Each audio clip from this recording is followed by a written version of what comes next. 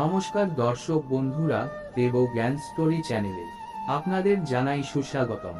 আপনাদের সামনে যে বিষয়টি নিয়ে আলোচনা করব তা হলো মন খারাপ থাকলে কি করবেন।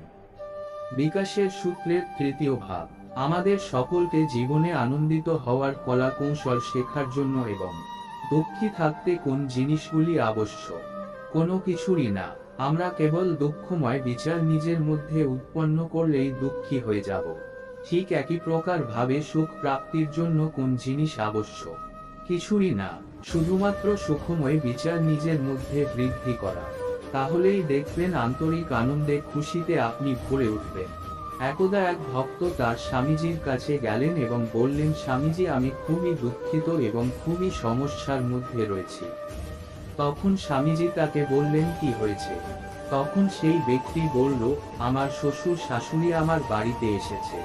তারা এখন আমার বাড়িতেই থাকছে। আমার পত্নীর সঙ্গে আমার কোনো সমস্যা নেই, আমরা দুজনে খুব সুখে থাকি। কিন্তু শ্বশুর শাশুড়ির সঙ্গে আমার ঠিক বনে না। তো আপনি এখন বলুন, আমি এখন কি করি? এই কথা শুনে স্বামীজি বললেন, তোমার কাছে কি বাড়িতে কুকুর আছে? তখন সেই ভক্ত বলল, না। স্বামীজি তখন তাকে বলল, তাহলে তুমি কিভাবে সুখে থাকতে পারো? তাড়াতাড়ি গিয়ে কিছু কুকুর নিয়ে আসো। সে স্বামীজির খুবই আজ্ঞা পালনকারী একজন ভক্ত ছিল। এরপর এসে কুকুর কিনে আনে নিজের বাড়িতে। কিন্তু এর 3 দিন পর আবার ওই ভক্ত স্বামীজির কাছে আসলো। সে তখন স্বামীজিকে বলল, স্বামীজি, আমার তো সমস্যা আরো বেড়ে গেল। ওই কুকুরগুলো তো আমাকে পুরো বিরক্ত করে দিচ্ছে। এখন আমি কি করব, আপনিই বলুন। তখন স্বামীজি বললেন, তোমার কাছে ঘরে বিড়াল আছে? তখন সেই ভক্ত বলে, না, নেই।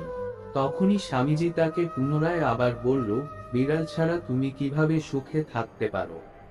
এরপর সে আবারও 3টি বিড়াল কিনে এনে রাখে তার বাড়িতে। কিন্তু এইবার সে 2 দিন বাদে আবারও স্বামীজির কাছে ভয় পেয়ে ছুটে গেল এবং বলল, স্বামীজি, আমি তো আগে থেকেই সমস্যায় ছিলাম, তার উপর সমস্যা আরো বেড়ে গেল। দিয়ে স্বামীজি তাকে বলল, কি হয়েছে? তখন সে বলল, কুকুরগুলো বিড়ালদের তাড়িয়ে তাড়িয়ে পিছু করে, আর বিড়ালগুলো ঘরের সমস্ত জিনিসগুলোকে ওলট পালট করে ফেলে দিয়ে দৌড়াতে থাকে। তখন স্বামীজি তাকে আবারও বলল, তোমার কাছে বাড়িতে তোতা পাখি আছে? তখন সেই ভক্ত বলল, না, নেই। তখন স্বামীজি তাকে আবারও বলল, তোতা না থাকলে তুমি দুঃখী হয়েই থাকবে। এই কথা শোনার পর সে আবারও একটি খাঁচায় করে তোতা পাখি নিয়ে এলো তার বাড়িতে। কিন্তু এইবার সেই ভক্ত একদিন বাদেই স্বামীজির কাছে আবার ছুটে গেল। তখন সামগ্রী তাকে জিজ্ঞাসা করলো, আবার কি হলো তোমার? তখন সেই ভক্ত বলল, এতদিন তো তবু ঠিক ছিল, এখন ওই তোতাগুলো আনার পর তোতাগুলো তো কুকুর এবং বিড়ালের মতো আওয়াজ করতে শুরু করে দিয়েছে। আপনি একজন স্বামীজি, আমি আপনার কাছে এসেছি সুখের রহস্য জানার জন্য, কিন্তু আপনি তো আমাকে আরো বেশি দুঃখী করে দিলেন। তখন স্বামীজি তাকে বললেন, তাহলে একটি কাজ করো, তোতাগুলিকে আকাশে উড়িয়ে দাও, কুকুরগুলিকে বেঁচে দাও, আর বিড়ালগুলিকে বাইরে গিয়ে কোথাও ছেড়ে আসো। তারপর তুমি এসো আমার কাছে। সে স্বামীজির কথা অনুযায়ী এরকমটা করলো। তারপরে পুনরায় স্বামীজির কাছে গেল। তখন স্বামীজি তাকে জিজ্ঞাসা করলো, এখন কি তুমি সুখে আছো? তখন সেই ব্যক্তি বলল, স্বামীজি, এখন খুবই শান্তি লাগছে। তখন স্বামীজি তাকে বলল, কিন্তু তোমার শ্বশুর শাশুড়ি তো এখনো তোমার বাড়িতেই রয়েছে। তখন সেই ভক্ত বলল, হ্যাঁ, তারা তো আছেন। তখন স্বামীজি তাকে বললেন, ওই পরিস্থিতিতে তুমি প্রথমে দুঃখী হচ্ছিল আর এখন তুমি সুখী হচ্ছ, তাহলে এই 2 পরিস্থিতির মধ্যে অন্তর বা পার্থক্য কি আসলো? তখন সেই ভক্তের মনে বিচার এল, কথা তো এটা ঠিক, পরিস্থিতি তো আমার দুঃখের কারণ ছিল না কখনোই। এই দুঃখের বিচার কেন আসে? আর সেই বিচারকে সুখের বা আনন্দের বিচারে বা মনোভাবে পরিবর্তন করার রহস্য কি? চলুন বন্ধুরা, এটা বুঝুন। একজন নববিবাহিত স্বামী স্ত্রী একটি বাড়ি কিনেছিলেন। ব্যাংক থেকে লোন নিয়ে তারা বাড়িটি কিনেছিলেন। স্ত্রী ছিল গৃহবধূ আর স্বামী চাকরি করতেন। কিন্তু লকডাউনে তার চাকরি চলে যায়, যেই কারণে সে ব্যাংকের লোনের কিস্তি দিতে পারছিল না। তখন ব্যাংক নোটিশ পাঠায়, যদি 10 দিনের মধ্যে কিস্তি শোধ না করা হয় তাহলে এই বাড়িটি ব্যাংকের হস্তক্ষেপে চলে যাবে। তখন স্বামী স্ত্রী খুবই চিন্তা করতে লাগলেন এবং ভাবতে লাগলেন 10 দিন বাদে তাদের পথে বসতে হবে। এখন কি করা যায় এই ভেবে তারা খুবই চিন্তিত হয়ে পড়ল। এমতো অবস্থায় ঠিক 7 দিন বাদে তার আবার চাকরি হলো। তখন সে ভগবানের কাছে হাত জোড় করে বলতে লাগলো, হে ঈশ্বর, তুমি খুবই দয়ালু। তোমার কৃপাতে আমার কাছে এখন আমার ঘর আছে থাকার জন্য। কিন্তু ওই ঘর তার কাছে আগেও ছিল। সে কখনো একবারও ভগবানকে ধন্যবাদ জানায়নি সেই ঘরটি তার থাকার জন্য।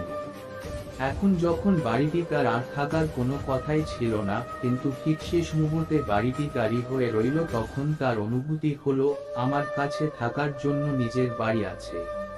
তো বন্ধুরা, এই থেকে বোঝা গেল আমরা সকলেই এটা ভুলে যাই আমাদের উপর কতটা কৃপা রয়েছে ভগবানের। এই কারণেই ছোট ছোট বিষয়ের উপর আমরা সকলে মুড অফ করে দুঃখী হয়ে যাই। তার বদলে যখনই এই দুঃখের ভাব উৎপন্ন হতে থাকে আমাদের মনে, তখন যদি আমরা নিজেদের বিচারকে একটু ঘুরিয়ে করতে পারি আর গুনতে থাকি আমাদের উপর করা ভগবানের অশেষ কৃপা গুলিকে, তাহলে আমাদের সামনে একটি নয়, দুটি নয়, হাজারো এরকম কারণ এসে উপস্থিত হবে সুখে থাকার জন্য। কোনো ব্যক্তির কাছে যদি তার চোখ থাকে, প্রত্যেকটি চোখে 12.5 কোটি করে সেনস্বার থাকে, যার মাধ্যমে আমরা সূর্য উদয় থেকে সূর্য অস্ত অবধি সবকিছু দেখতে পাই। আকাশে উড়তে চলা পাখি থেকে রামধনুর 7টি রং পর্যন্ত দেখা যায় এই চোখের মাধ্যমে। এটা কি ভগবানের অশেষ কৃপা নয় আমাদের উপর? আমাদের সকলের কাছে 2টি করে কান রয়েছে, যার মাধ্যমে আমরা সকল প্রকার আওয়াজ শুনতে পাই। যখন প্রবল বেগে হাওয়া বয় তখন গাছের পাতার শব্দ, যখন সমুদ্র তরঙ্গ ঢেউ পাথরের উপর গিয়ে আটকে পড়ে সেই শব্দ আমরা শুনতে পাই এই কানের মাধ্যমে। এটা কি ভগবানের কৃপা নয় আমাদের উপর? আমাদেরকে শুধু অনুভব করতে হবে, একে বলা হয় কৃতজ্ঞতার ভাব। যদি আমরা আমাদের বিচারগুলিকে সুখময় বানাতে চাই, তবে জীবনে অভাব যেটা আছে তাকে ভাবার বদলে যা ভগবান আমাদেরকে দিয়েছে সেটাকে ফল গ্রান্টেড পাওনা বলে না মেনে নিয়ে, সেটাকে যদি ভগবানের অশেষ কৃপা বলে মনে করা হয়, তবে সুখের প্রাপ্তি সর্বদাই হতে থাকবে এবং মনে মনে ভগবানকে এই বিষয়টি নিয়ে আমাদের মন কৃতজ্ঞতা জানাতে থাকবে যে, হে প্রভু, আমি রেস্টের যোগ্যই ছিলাম না, আপনি আমাকে এই সকল কিছু দিয়ে কৃপা করেছেন। আপনার চরণে কোটি কোটি প্রণাম জানাই। তো বন্ধুরা, আশা করি আজকের এই লেখাটি পড়ে আপনার সমৃদ্ধ হয়েছেন এবং বুঝতে সক্ষম হয়েছেন কিভাবে আমরা আমাদের অভাব অনটনের বিষয়টিকে ভেবে মন খারাপ না করে, তার বদলে যেটা আমাদের কাছে রয়েছে তার জন্যই ভগবানকে কৃতজ্ঞতা জানিয়ে সর্বদা সুখে থাকা যায়।